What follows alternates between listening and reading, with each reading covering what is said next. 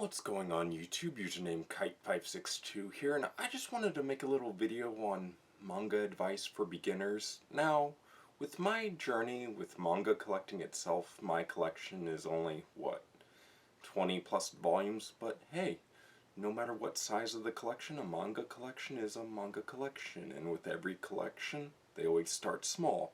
So I just wanted to make a quick little video about advice on how to build a huge manga collection and make it a huge library of manga and whatnot. And I'm probably going to make this video like 5 tips off the top of my head. So tip number 1, start small and work your way up. What I mean by this is you don't have to buy a huge haul of manga if you can't afford it. Just, work at it small, and then your collection itself will build up slowly. Like, I've only been collecting manga for 2 years. I started in 2019 with the first 3 volumes of B-Stars, and then my taste kind of evolved from like B-Stars to Way of the House Husband to Junji Ito, which those are the more prevalent pieces in my manga collection itself. And tip number 2, always look for discounts. Don't always buy manga at full retail price or full pre-order price. I mean, if you don't really like a series, then wait for a price drop, or if you're really invested into a series like me with B-Stars, that's just a day one pre-order for me, in my opinion.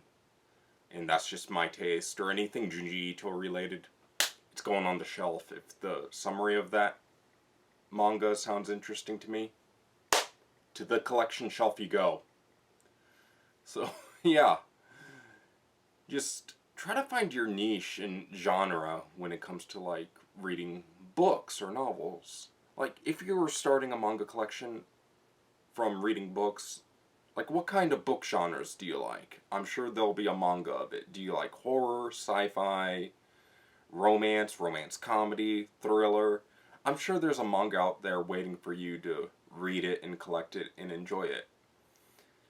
So, with manga, there's something out there for anybody at any age. So, yeah, it's just manga collecting has a wide variety out there for anybody, whether you like shonen, seinen, josei, and shoujo, which those are the 4 types of demographics. I'm not going to go into detail about those things right now in this video, but anyway, so tip number 3,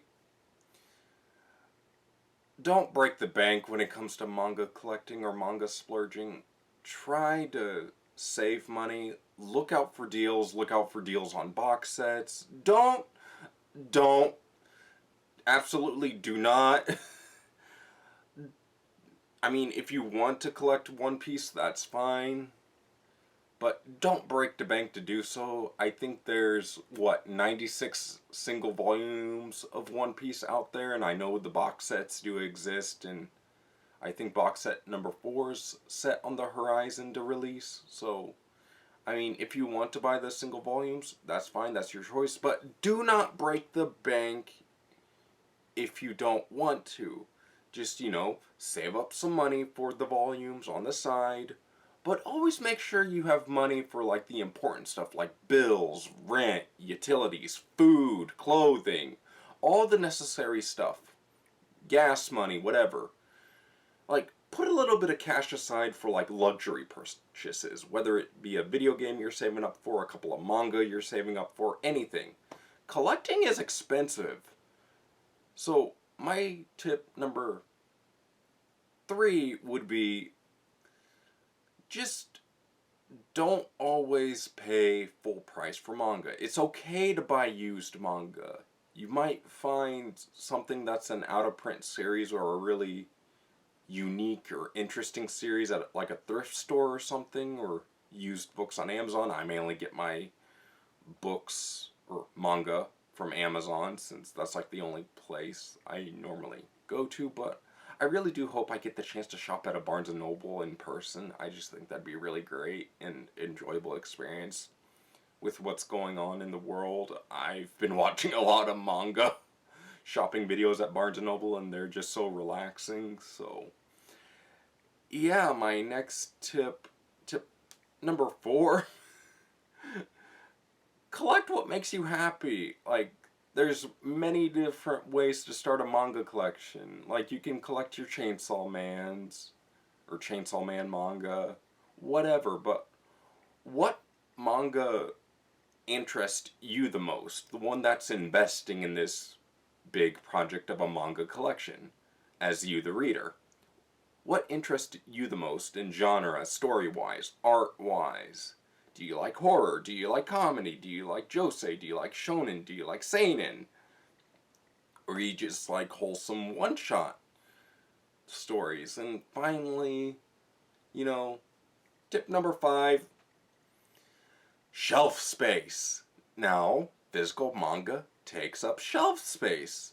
Again, I have only 20 volumes of manga right at the hand, and it takes up a small, like, one little section of my bookshelf, but I plan on adjusting it to, like, maybe fit 2 shelves of manga.